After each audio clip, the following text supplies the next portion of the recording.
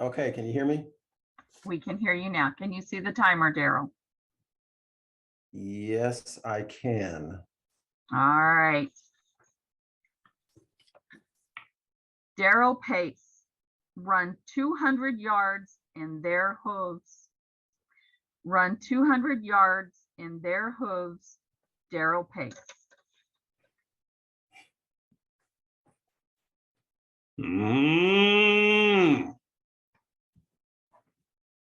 That moo was directed toward the cow's roughly 20 other cow mates. And if I interpreted that moo correctly, that cow was saying, uh-oh, watch out. That mean two-legged creature, he's back. The mean two-legged creature, that was me. It was 1981. I was 15 years old. I was in a cow pasture that was located across the street from my parents' house. This pasture was about 400 yards long and about 200 yards wide. In the center of it, there was a cow pond that was encircled by a dirt embankment. All of that was shaded by trees. The cows and I were on one side of the cow pond until I did this. Woo! Yeah, yeah! The cows went into immediate fight or flight. I chased, they ran. Across the cow pasture, past the pond to the other side. There they had nowhere to go because this field was hemmed in on all sides by barbed wire fence. The cows huddled together, looking to see what fate was going to befall them from the mean two-legged. But when they looked back, they saw my back and me doing this. Woo!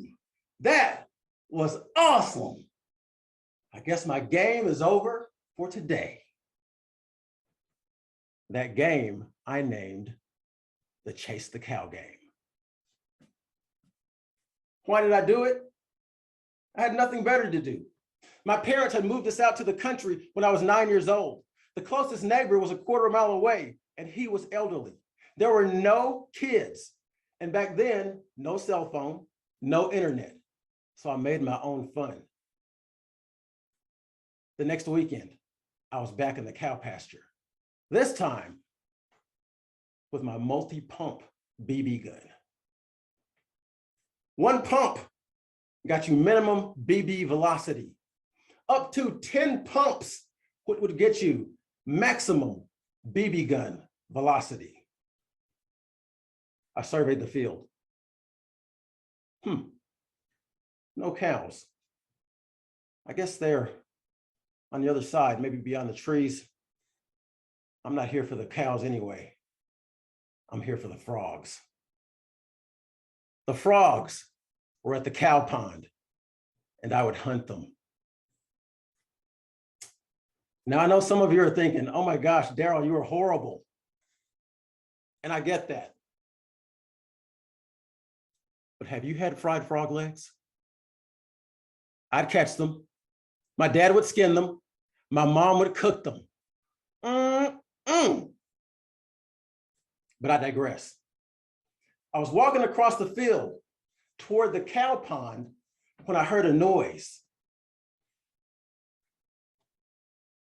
A surge of adrenaline caused a metallic taste to come into my mouth. My perception of the world shifted into slow motion as my body shifted into fight or flight. It was a Saint Bernard. He looked to be at least 170 pounds. He and I were in a field hemmed in on all sides by barbed wire. His lips were in a snarl that revealed jagged and apparently bloodthirsty teeth. My response was immediate.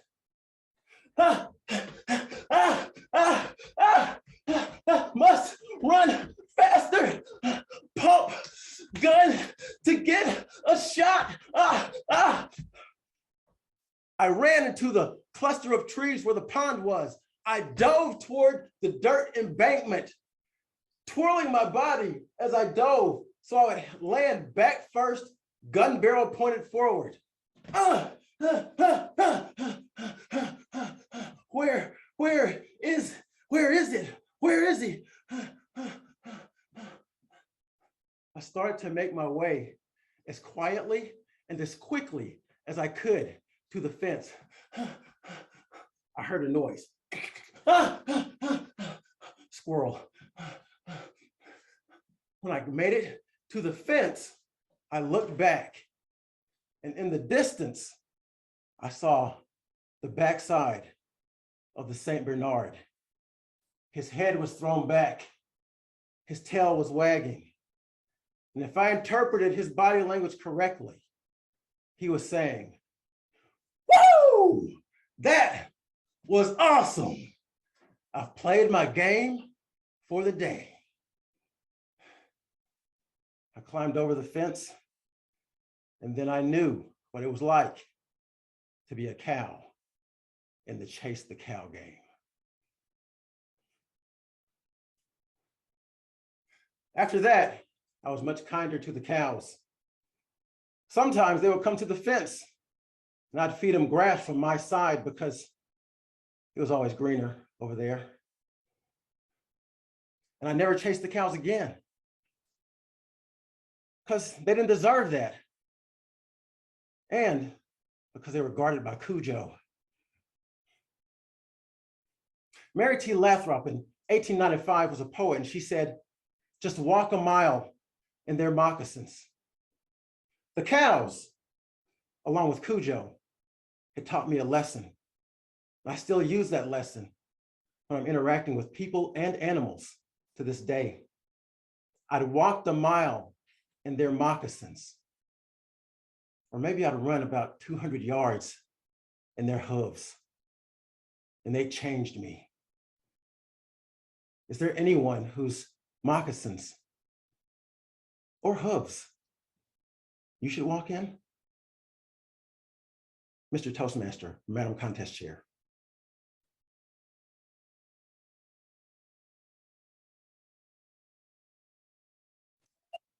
I am now.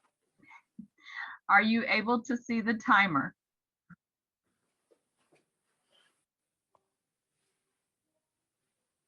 Yes. Thank you. George Kostopoulos. George Kostopoulos.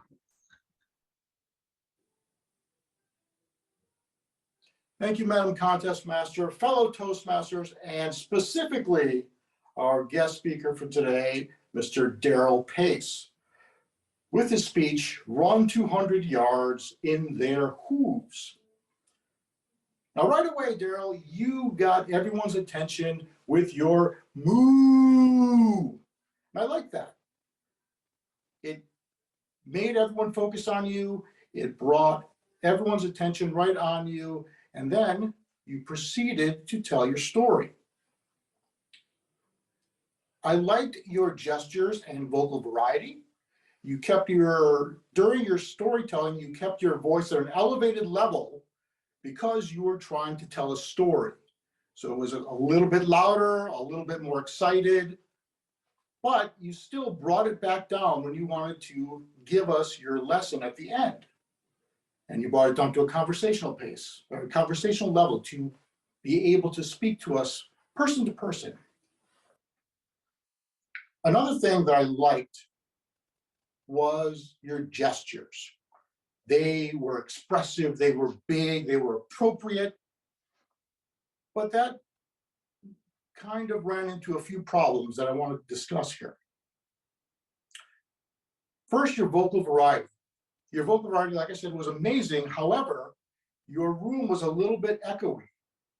So when you raised your voice and made your expressive, big, voluminous gestures and sounds, you kind of got a little bit of echo on there, and that was a little bit distracting. Also, your gestures, while they were amazing, were out of frame a lot of the time. For example, when you were talking and you're moving anywhere below your chest, we couldn't see your hands. And when you're using your gun, we couldn't see you do it. So it's something to consider. Now, what I really, really liked about your speech was that it was polished. You've obviously given this speech before. You've done it many times. You had pauses to have people think. You had good speech structure throughout the speech. And the best was the eye contact. Again, because we're on video, it's hard to do eye contact unless you know to look at the camera lens, and you did. So that was the tops. It was very polished. You knew exactly what you were doing. You gave an excellent speech, and I look forward to hearing future speeches from you. Thank you. And I'm contest chair.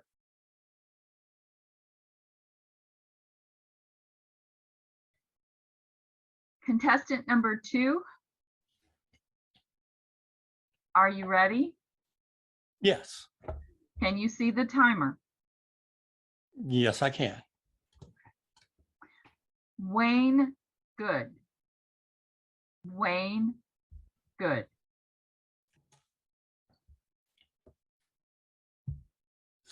Woo-hoo.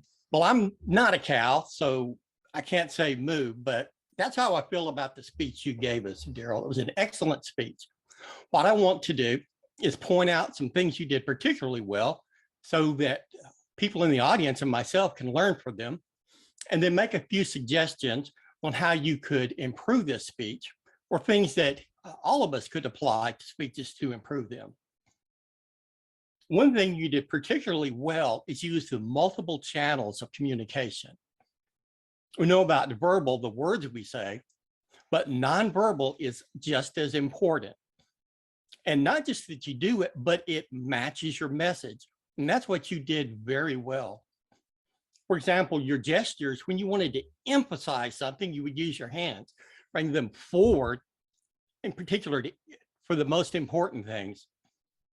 In your eyes, where your eyes were looking were speaking to us. When you were telling the story and you were looking, saying, oh, this happened, and you look over there, that is telling us, along with your words, what's happening.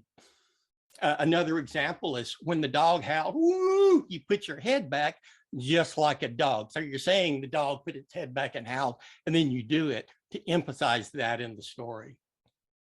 Great vocal variety. Your voice, your variety matched the mood that you were trying to project. For example, when you were saying something thoughtful, you would get soft. And when something was happening, there was action, you were loud and animated. That also helped us understand when something was happening, when you were thinking about it. Use the stage very effectively in the middle when you spoke, and then when something was important or exciting there, and then when you were silent, as if you were thinking, you stepped back. I'd make a few suggestions for you though. One was, I wasn't really sure what the point of your speech was until the very end. If you make the point earlier in the speech and enough to make it clear, then the audience, while they're listening, knows how to apply what you're saying instead of waiting to the end to think back to the speech. And you connect it to the audience very good, in particular coming forward, but you could have done that particularly earlier by saying, have you ever thought you understood someone, but then you found out you really didn't? Getting people to think about the point of the speech, but getting them to picture themselves in that situation. And you do that early on, you're thinking, well, yeah, that's happened to me. Then as you tell the story, people can go, ah, and they can understand what you're saying and start to understand how they can apply that. But overall, it was an excellent speech. You had a good point, and you absolutely kept our attention. You used the multiple channels of communication of gestures, vocal variety, stage movement to emphasize your message. As always, I look forward to hearing you speak again.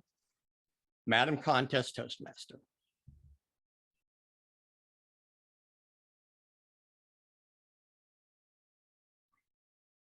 Contestant number 4, are you ready? Yes.